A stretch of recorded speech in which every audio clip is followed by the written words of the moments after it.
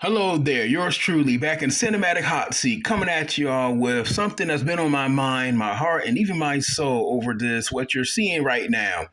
I am really triggered over this because I experienced and been in the redhead shoes back in high school, and even when I'm out and about with my friend who was in my previous Cooking with CLJ foodie video.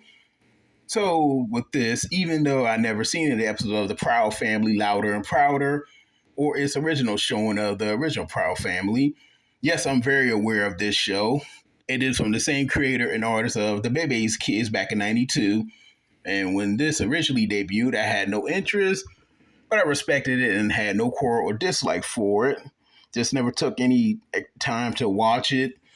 So fast forward to now on my Twitter page, just randomly cruising down my page, the usual check up and catch up with my friends and followers and what they posted, retweeted, and this popped up just out of the blue. Not even from anyone that I am a friend of or follow.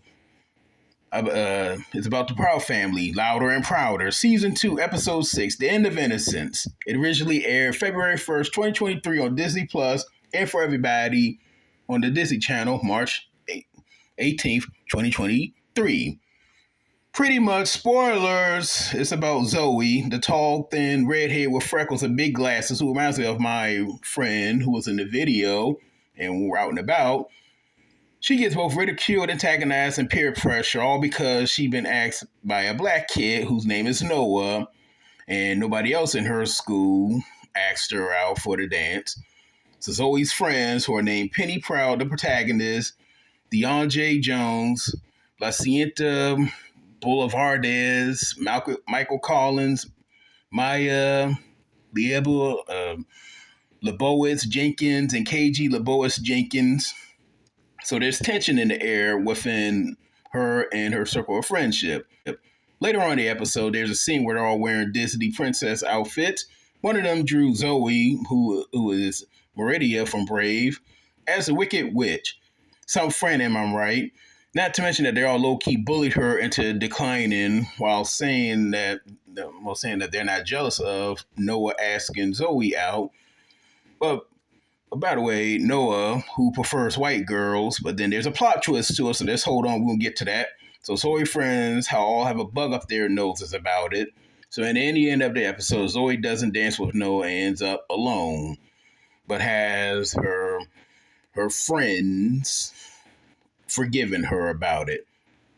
Now let's race swap and have Zoe black and all her friends are white. With the how with how black Zoe and the white Noah prefers black girls and asks her out on a dance, and then Zoe's white friends ridicule, shame, antagonize, and peer pressure her into declining him.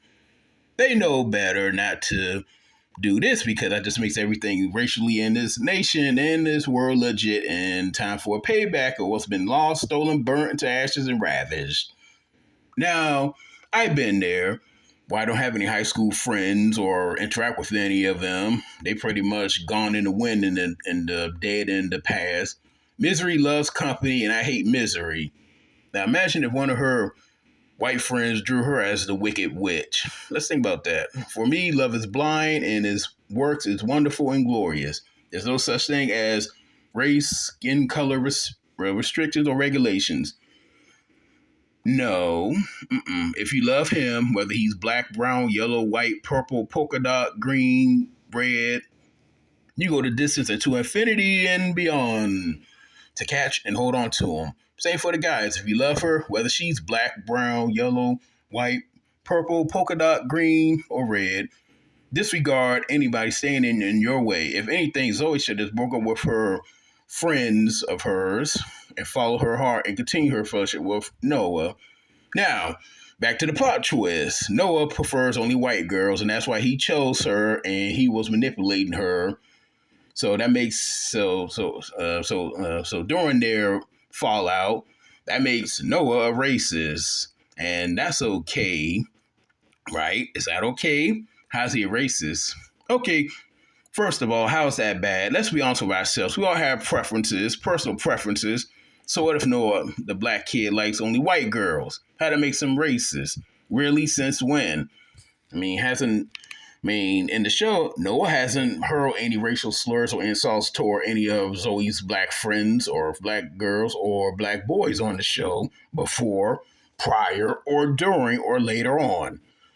I don't think, no, not one bit, but, having a personal preference, that makes you a racist all of a sudden? What is this world coming to? Yeah, but if not, no wonder. No wonder. I get and that's why I didn't like this show at all. It just popped on social media, and it hit me personally because I've been through that. So that's why I gave 0 Fs of this. Well, all Fs of this show. I didn't like for villainizing someone's taster's choice. Strange how it always lands on us black guys. But let the gender be reversed, and it's all good and great, grand, and wonderful. Now I do kind of feel sorry for Noah now, because they villainized them for that. And apparently Zoe had to say, you know what, just because you just like only white girls, and how dare you pick me? And again, now back to Zoe, that old saying, with friends like Penny Proud, DeAndre Jones, Lesienka, Boulevardes, these names are something else. Michael Carlins, Maya Lebowitz, Jenkins, and her sister KG. Who needs enemies? They all, especially the one who drew Zoe as a wicked witch, that was so terrible, ratchet, and trifling. Straight up. That was a sad and low blow. And then they had to go to low-key say that. But of course, the writers had to make Noah the bad guy, the racist. Why she can't get someone who looks like her to ask her out. I guess Zoe, too. I guess she's too unattractive for the white boys, so she must settle for the black boys. To add, when where we're still being treated like scum of the earth, being black. I mean, let's be real here. So, moral of this message and episode is: don't have a black kid or man ask you out if you're not black, and if so, he's just being a racist because he has a preference. I've been through this myself. My preference is woman. Back then, I was a boy. It was girls. No race, no skin color, no hair color. Just happened to end up with white girls and white women. And again, the way batting an eye at black women with white men. It's all about being and having a great time together, to laugh, to grow, to love, to live, to fellowship, and to make each other's time worthwhile and worth spent, regardless which skin paint that you was born with, that you was chosen to have on this earth. Now let's play ball. Is Noah racist? Let's race swap and find out.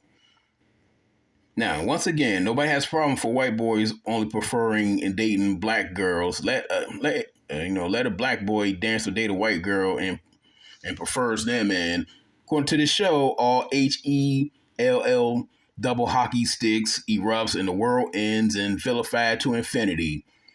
Look at that movie Monsters Ball from the early 2000s where Halle Berry won an Oscar over, doing it with Billy Bob Thornton.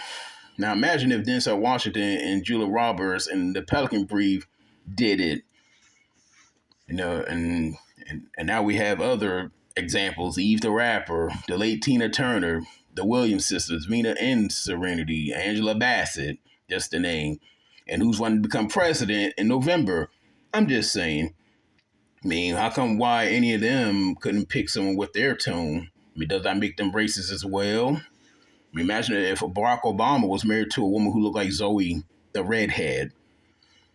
Heck, even when I'm with my friend out and about, she talks about random people looking and doing that quick stare at us when we're walking together and having lunches. Just being out and about, taking care of things, usual stuff. That look and quick glare. So yeah, so this hits home pretty hard, to be honest. Yeah, so I know this is work of fiction and created by real people, writers and creators. It still hits home, and so sorry that Zoe had to went through all that. And let's say that she was for real. Let's think about that for a second. Let's say she was real. She would have some serious trust issues and mental issues, and possibly disliking all black people, especially black women. They end up being called Brandon a Karen. Now, to end this rant, and not so proud at all, and hope this doesn't ever pop on my feed ever again. And thank you all for listening and having a good time. And yeah, let's think about this. And until next time, yours truly getting out of the cinematic hot seat and cut. That's a wrap.